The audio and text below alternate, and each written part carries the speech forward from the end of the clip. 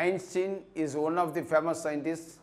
He given the relationship between mass and velocity of light. அதாவது நிறைக்கும் velocity of light திசைவேகத்துக்கும் இடையே உள்ள தொடர்பை மையப்படுத்தி ஒரு மிகப்பெரிய ஒரு கான்செப்டை வந்து கொடுத்தவர். அது எனர்ஜி ஆஃப் ஆன் ஃபோட்டான். இப்போ இருக்கும் எலக்ட்ரோமேக்னெட்டிக் ஸ்பெக்ட்ரம் சொல்கிறோம்.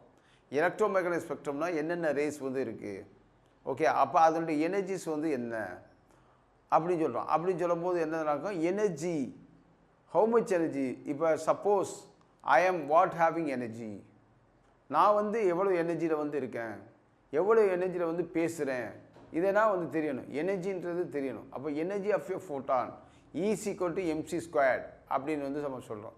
ஓகே, எனர்ஜின்னு சொல்லும்போது எதெல்லாம் எனர்ஜி, எலக்ட்ரோமேக்னெட்டிக் ஸ்பெக்ட்ரத்தை பற்றி சொல்கிறோம். எலக்ட்ரோமேக்னெட்டிக் ஸ்பெக்ட்ரத்தை சொல்லும்போது நம்ம என்ன சொல்கிறோம், ஃபஸ்ட்டு வந்து ரேடியோ வேவ்ஸ். ரேடியோ வேவ்ஸ் தான் என்னன்னு நமக்கு தெரியும். அதுக்கடுத்து வந்து மைக்ரோவேவ்ஸ், அதுக்கடுத்து அல்ட்ராவயலட் ரேடியேஷன், அதுக்கடுத்து இன்ஃப்ராரெட் ரேடியேஷன், அதுக்கடுத்து எக்ஸ்ரேஸ், அதுக்கடுத்து விசிபிள் ரேஸ், அதுக்கடுத்து காமா ரேஸ். ஒவ்வொன்றுக்கும் ஒவ்வொரு வகையான எனர்ஜி வந்து இருக்குது. அந்த எனர்ஜி இருக்கிறதுனால தான் நம்ம இப்போதைக்கு லைவ் பண்ணுறோம், இல்லாட்டி லைவ் பண்ண முடியாது. ஓகே, ஒவ்வொன்றும் இருக்குது. ரேடியோ வேவ்ஸ்னால் என்ன, ரேடியோ வேவ்ஸ் வந்து எதுக்கு வந்து யூஸ் ஆகுது, அதை பற்றினா வந்து டீட்டெயிலாக வந்து நம்ம விளக்குறதுக்கு முன்னாடி ஐன்ஸ்டீனுடைய கான்செப்டை சொல்லி ஆகணும். இப்போ நான் டாபிக் எழுதியிருக்கிறது, என்ன டாபிக் எழுதியிருக்கேன், ஐன்ஸ்டீன் ஃபோட்டோ எலக்ட்ரிக் ஈக்குவேஷன் எழுதியிருக்கேன். ஃபோட்டோன்னா ஃபோட்டான். ஃபோட்டான்னா discrete packet of energy is called photon. அந்த ஃபோட்டான் வந்து எப்படி இருக்குது, ஐன்ஸ்டீன் ஸ்டேட்மெண்ட்டில் ஃபோட்டோ எலக்ட்ரிக் ஈக்குவேஷன் வந்து ஒன்று சொல்லியிருக்காரு. அந்த ஈக்குவேஷன் வந்து எப்படி சொல்லியிருக்காருன்னா, ஒரு எனர்ஜி வந்து ரெண்டு எனர்ஜியாக கன்வெர்ட் ஆகுது. ஒன்று வந்து ஒர்க் ஃபங்க்ஷனாகவும் இன்னொன்று கைனெட்டிக் எனர்ஜியாகவும் பிரியுது. அது பிரிஞ்சு ரெண்டு வந்து ஆட் பண்ணி நம்மளுக்கு எனர்ஜி ஆஃப் தி ஃபோட்டான், அதாவது ஐன்ஸ்டீன் ஃபோட்டோ எலக்ட்ரிக் எஃபெக்ட்னு வருது. எனர்ஜினா என்ன, கெப்பாசிட்டி டு டூ ஒர்க். அப்போ ஃபோட்டானுடைய எனர்ஜி வந்து என்னது, ஃபோட்டான்னா டிஸ்கிரீட் பாக்கெட் ஆஃப் எனர்ஜி அப்படின்னு வந்து சொல்கிறோம். சரி, டிஸ்கிரீட் பாக்கெட் ஆஃப் எனர்ஜினா என்னது, அதாவது சூரியன்லேருந்து வரக்கூடிய ஒளிக்கதிர் ஃபுல்லாக ஒரு ரேஸ் மாதிரி வருது. அது சப்போஸ் இன்டென்சிட்டி லெஸ்ஸாக வரலாம் அல்லது இன்டென்சிட்டி ஹையாக வரலாம், எப்படி வேணாலும் வரலாம். இன்டென்சிட்டி லெஸ்ஸாக இருந்தால் எப்படி இருக்கும், இன்டென்சிட்டி ஹையாக இருந்தால், இன்டென்சிட்டி லெஸ்ஸாக இருந்துச்சுன்னா பிரைட்னஸ் வந்து டிம்மாக இருக்கும், இன்டென்சிட்டி ஹையாக இருந்துச்சுன்னா பிரைட்னஸ் வந்து அதிகமாக இருக்கும். இந்த மாதிரி வந்து சொல்கிறோம். அப்போ இன்டென்சிட்டியை பற்றி சொல்லும்போது சொல்கிறோம். இப்போ இந்த டாப்பிக்கில் வந்து சொல்லும்போது energy is equal to work function plus work function simple வந்து பை என்ற சிம்பிள்னு சொல்கிறோம், ப்ளஸ் கைனெட்டிக் எனர்ஜி அப்படின்னு சொல்கிறோம். ஒர்க் ஃபங்க்ஷன்னா என்ன, கைனெட்டிக் எனர்ஜினா என்ன, எனர்ஜினா என்ன, மூணுக்கு வந்து உள்ள ரிலேஷன் என்ன, டிஃப்ரென்ஸ் என்ன, மூணுமே பார்க்குறோம். அப்போ எனர்ஜினா என்னது, எனர்ஜி அப்படின்னா ஃபோட்டானுடைய எனர்ஜி, அதை பற்றி நம்ம டிஸ்கஸ் பண்ணிட்டோம். அந்த ஃபோட்டான் அப்படின்னா energy. Work function, the amount of energy required to release an electron from the surface of the metal surface. எல்லா மெட்டல்லையுமே எலக்ட்ரான் இருக்குது. அது எலக்ட்ரான் வந்து வெளியாகும்போது என்ன பண்ணணும்னா, we are given the force. Thermal power ஸ்டேஷன்லேருந்து எலக்ட்ரான் எடுக்கிறோம், நியூக்ளியர் பவர் ஸ்டேஷன்லேருந்து எலக்ட்ரான் எடுக்கிறோம், சோலார் பவர் ஸ்டேஷன்லேருந்து எலக்ட்ரான் எடுக்கிறோம், ஹைட்ரோ பவர் ஸ்டேஷன்லேருந்து எலக்ட்ரான் எடுக்கிறோம், ஓகே, ஜியோ தெர்மல் எனர்ஜிலேருந்து எலக்ட்ரான் எடுக்கிறோம்.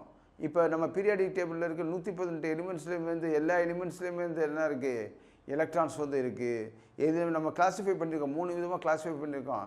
இதுதான் இன்சுலேட்டரு, இதுதான் கண்டக்டரு, இதுதான் செமிகண்டக்டர். ஆனால் ஃபிசிக்ஸ் படி, அதாவது ஃபிசிக்ஸுடைய ரிலேஷன் படி எல்லா மெட்டல்ஸ்லையுமே வந்து எலக்ட்ரான்ஸ் இருக்குது. எல்லா மெட்டல்ஸ்லையுமே எலக்ட்ரான் வந்து இருக்கிறதுனால எலக்ட்ரிக் கரண்ட் வந்து எடுக்கலாம்னு சொல்லிட்டு இப்போதைக்கு கன்ஃபார்ம் பண்ணியிருக்காங்க. அதைத்தான் வந்து ஐன்ஸ்டீன் வந்து ஃபோட்டோ எலக்ட்ரிக் ஈக்குவேஷனில் வந்து ஃபோட்டோன்னா ஃபோட்டான்னா லைட்லேருந்து எலக்ட்ரிக்கல் எனர்ஜி வந்து கன்வெர்ட் பண்ணுறோம். அதுக்கு தான் பார்த்தோம், ஒரு ஷார்ட்ஸில் வந்து நம்ம பார்த்தோம் ஃபோட்டோ செல்ஸ்னால் என்ன அப்படி பார்க்கும்போது ஃபோட்டோ எமிசிவ் செல், ஃபோட்டோ கண்டக்டிவ் செல், ஃபோட்டோ வோல்டைக் செல், இந்த மாதிரி பார்த்தோம். 3 விதமான செல்ஸ் பார்த்தோம். 3 விதமான செல்ஸுமே ஒரு சன்லைட்டை வச்சு அந்த எலக்ட்ரிக்கல் எனர்ஜி வந்து கன்வெர்ட் பண்ணோம். அதைத்தான் வந்து இந்த டாப்பிக்கில் வந்து நம்ம படிக்க போகிறோம். படிக்கும்போது இந்த கான்செப்ட்னால் உள்ளடக்கியது. ஐன்ஸ்டீன் வந்து ஒரு இம்பார்ட்டண்டான சயின்டிஸ்ட் ஃபிசிக்ஸில். நியூட்டன் வந்து எப்படி வந்து இம்பார்ட்டண்டான சயின்டிஸ்ட்டோ அதே மாதிரி வந்து ஐன்ஸ்டீன் வந்து ஒரு இம்பார்ட்டண்டான சயின்டிஸ்ட்டு. அவர் வந்து E=mc² ஒரு ஃபார்முலா, மிகப்பெரிய ஃபார்முலா கொடுத்துருக்காரு. அந்த சின்ற வேல்யூ வந்து இப்போ வரைக்கும் மாற்ற முடியல. அது வந்து வெவ்வேறு சயின்டிஸ்ட்டு எந்தெந்த சயின்டிஸ்ட் மைக்கேல்சன் என்ற சயின்டிஸ்ட் வந்து கொடுத்துருக்காரு. ஓகே, ஃபீஷோ என்ற சயின்டிஸ்ட் வந்து கொடுத்துருக்காரு. எல்லாருமே வந்து வேல்யூ வந்து இந்த அப்ராக்சிமேட் வேல்யூவாக தான் கொடுத்து கடைசியில் கன்ஃபார்மாக 3 × 10⁸ மீட்டர்/செகண்ட் கொடுத்துரு. அதை ரிலேஷனை வச்சு தான் இப்போ வரைக்கும் வந்து அந்த ஸ்டேட்மெண்ட் வந்து ட்ரூவாக இருக்குது, யாருமே மாற்ற முடியல. அவர் வந்த டிக்கெட் வந்து மேக்ஸிமம் வந்து அந்த 19th century 20th century அந்த செஞ்சுரியில் வந்த காலகட்டத்தில் அவர் என்ன ஸ்டேட்மெண்ட் சொன்னாரோ அந்த ஸ்டேட்மெண்ட் வந்து இப்போ வரைக்கும் வந்து நிலச்சி நிற்கிது. அதனால் வந்து ஐன்ஸ்டீன் சொன்ன எனர்ஜி வந்து energy = work function plus kinetic energy. அப்போ ஒர்க் ஃபங்க்ஷன்னா h/μ0. ஹச்ன்றது பிளாங்க்ஸ் கான்ஸ்டன்ட். பிளாங்க்ஸ் கான்ஸ்டன்ட்னா என்ன? பிளாங்க்ஸ் கான்ஸ்டன்ட் சிம்பிள் வந்து h = 6.626 × 10⁻34 Joule/second அப்படின்னு சொல்கிறோம். 6.626 × 10⁻34 Joule/second அப்படின்னு சொல்கிறோம்.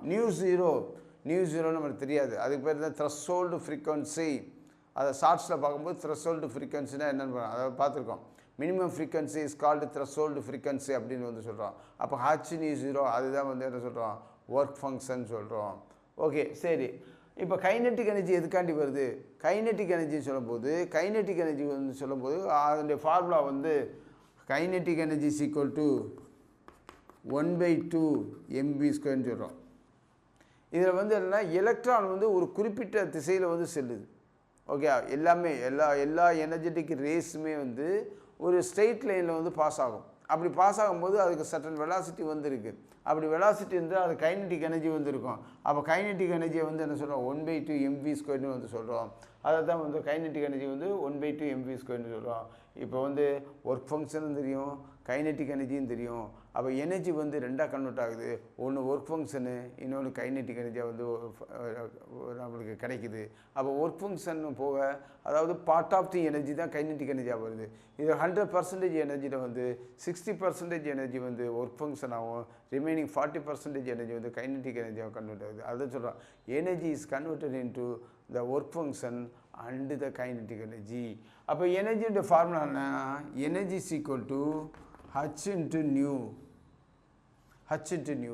அப்போ h/μனா h வந்து பிளாங்க்ஸ் கான்ஸ்டன்ட், நியூன்றது ஃப்ரீக்வன்சி, அதுதான் சொல்கிறோம் h/μன்னு சொல்கிறோம். இப்போ சப்ஸ்டியூட் பண்ண போகிறோம். எதில் சப்ஸ்டியூட் பண்ணுறோம்? இந்த ஈக்குவேஷன் சப்ஸ்டியூட் பண்ணுறோம். அப்போ h/μ = h/μ0 + 1/2 mv max².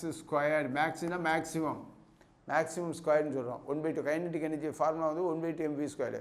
அப்போ 1/2 mv²னா அந்த மேக்ஸிமம் கைனெட்டிக் எனர்ஜி அப்படின்னு சொல்லலாம். ஓகே, இப்போ பார்க்குறோம் h/μ - h/μ0 = 1/2 mv² அப்படின்னு சொல்கிறோம். சரி, இப்போ கைனெட்டிக் எனர்ஜி வந்து மெக்கானிக்ஸில் வந்து நம்ம யூஸ் பண்ணுறோம். அதுதான் வந்து 1/2 mv² சொல்கிறோம். இதே கான்செப்டை வந்து நம்ம ஐன்ஸ்டீனோட ஃபோட்டோ எலக்ட்ரிக் ஈக்குவேஷனில் வந்து கம்பேர் பண்ணுறோம். அப்போ அந்த கைனெட்டிக் எனர்ஜியுடைய வேல்யூ வந்து E = small e × V0, the product of charge of an electron and the stopping potential அப்படின்னு வந்து சொல்கிறோம். இந்த மாதிரி வந்து ஐன்ஸ்டீனுடைய கைனெட்டிக் எனர்ஜி வந்து என்னது? E × V0. இப்போ பார்க்குறோம். அப்போ h/μ - h/μ0 = E × V0. இதுதான் வந்து ஐன்ஸ்டீன் கொடுத்த ஃபோட்டோ எலக்ட்ரிக் ஈக்குவேஷனுடைய formula. h/μ - h/μ0 = E × V0. அப்போ h வந்து கான்ஸ்டன்ட்டு வெளியில் எடுத்துகிறோம். μ - μ0 = E × V0. அப்போ V0 = h/E × μ - μ0. இதுதான் வந்து photo electric equation. Photo electric equation சொல்லும்போது இதில் வந்து ஃபஸ்ட்டு பார்க்குறேன் எனர்ஜின்றது எல்லாத்துக்கும் எனர்ஜி தேவை. எனர்ஜின்றது அது வந்து ரேடியோ வேவ்ஸாக இருக்கட்டும், எல்லாமே இருக்கும், ஒன்றுமே இல்லை. இப்போ ஒன்றுமே இல்லைப்பா, அதாவது எலக்ட்ரோமேக்னெட்டிக் வேவ்ஸ் அப்படின்னு வந்து சொல்கிறோம். அந்த எலக்ட்ரோமேக்னெட்டிக் வேவ்ஸ் வந்து எப்படி வந்து மொபைல் ஃபோன்லேயும் இன்டர்நெட்லேயும் சென்ட் ஆகுதுன்னா இந்த மாதிரி ஐன்ஸ்டீன் கண்டுபிடிச்ச கான்செப்டில் வந்துச்சு. அதாவது இதில் வந்து என்னென்னா so many scientists came up. Okay, அதுதான் சொல்கிறோம். ஃபஸ்ட்டு இதை ஆரம்பித்தது யாருனாக்கும் ஆர்எஸ்டர் என்ற சயின்டிஸ்ட் ஆரம்பித்தார். அதுலேருந்து ஒன் பேஸ் சயின்டிஸ்ட்டாக வந்து என்னது அதனுடைய ட்ராபேக்கை கண்டுபிடிச்சி அடுத்தடுத்த கான்செப்டை கொண்டு வந்து கடைசியில் மைக்கேல் ஃபாரடே கொண்டு வந்தார், அதுக்கடுத்து மேக்ஸ்வெல் கொண்டு வந்தார், ஹெட்ஸு கொண்டு வந்தார், மார்கோனி வந்தார். அப்படியே வந்துதேன் ஐன்ஸ்டீன் வந்து ஒரு ஃபேமஸான ஈக்குவேஷன் கண்டுபிடிச்சார். இவர் கண்டுபிடிச்ச தியரி தான் ஒரு சோலார் எனர்ஜியில் வந்து எலக்ட்ரிக்கல் எனர்ஜியை வந்து கண்டுபிடிக்கலாம் அப்படின்னு சொல்லி கொண்டு வந்ததுனால இவருக்கு வந்து என்னதுன்னா ஐன்ஸ்டீன் ஃபோட்டோ எலக்ட்ரிக் ஈக்குவேஷன். இவருடைய ஃபேமஸ் ஈக்குவேஷன் வந்து E=mc² காட்டி 1903 இவருக்கு வந்து என்னது நோபல் பிரைஸ் வந்து கொடுக்கப்பட்டது அப்படின்னு வந்து சொல்கிறாங்க. ஓகே, இதெல்லாம் பார்க்குறோம். இதெல்லாம் வந்து என்னது மிகப்பெரிய ஒரு ஐன்ஸ்டீன் ஃபோட்டோ எலக்ட்ரிக் ஈக்குவேஷன். அப்போ H × new minus new 0 E × V0 சொல்லி ஒரு ஈக்குவேஷன் வந்து கொடுத்துருக்காரு. எல்லாத்துக்குமே எனர்ஜி தேவை. எனர்ஜி இல்லாத பார்ட்டிக்கிள் வந்து எதுவுமே இல்லைன்னு சொல்லி இந்த உலகத்தில் இருக்குது. அப்படி உலகத்தில் வந்து எதுவுமே எனர்ஜி இல்லை அப்படி சொல்ல முடியாது. ஓகே, எல்லாத்துக்குமே எனர்ஜி தேவை. அது பறவையாக இருக்கட்டும், அனிமல்ஸாக இருக்கட்டும், ஹியூமன் பீயிங்ஸாக இருக்கட்டும், ஒரு சட்டன் ஆப்ஜெக்டாக இருக்கட்டும், எந்த ஆப்ஜெக்டாக இருந்தாலும் எனர்ஜி தேவை. அந்த எனர்ஜியை தான் கண்டுபிடிச்சார். So many scientist came up. அவர் அட்டாமிக் ஸ்ட்ரக்சரை வந்து பார்க்கணும். அட்டாமிக் ஸ்ட்ரக்சரில் வந்து நிறையா சயின்டிஸ்ட் வந்திருக்காங்க. டால்டன் தான் ஃபஸ்ட் வந்தவர். அதுக்கடுத்து வந்து என்னது ஜே தாம்சன் வந்தார். அதுக்கடுத்து நீல்ஸ் போர் வந்தார். அதுக்கடுத்து ரூதர்ஃபோர்டு வந்தார். அதுக்கடுத்து சோமர்ஃபீல்டு வந்தார். மோஸ்ட்லே வந்தார். இந்த மாதிரி சயின்டிஸ்ட்லாம் வந்து என்னது ஒவ்வொருத்தரும் ஒவ்வொரு விதமான பாயிண்ட்ஸை கொடுத்தேன்.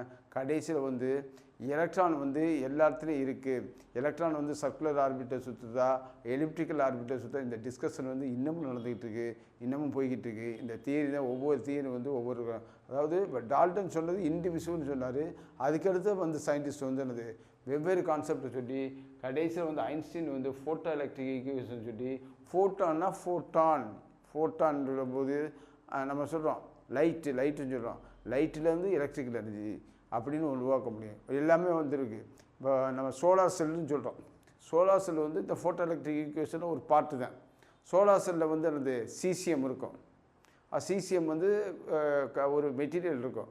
அதில் வந்து சோலார் லைட்டை ஃபோக்கஸ் பண்ணுவோம். அதில் வந்து எலக்ட்ரிக்கல் எனர்ஜி வந்து ப்ரொடியூஸ் பண்ணும். சோலார் செல்லு ஃபுல்லாக வந்து என்னது இந்த ஐன்ஸ்டீன் கண்டுபிடிச்ச தத்துவத்தினால ஃபோட்டோ எலக்ட்ரிக் ஈக்குவேஷன் சொல்லி நம்மளுக்கு கிடைக்கிது.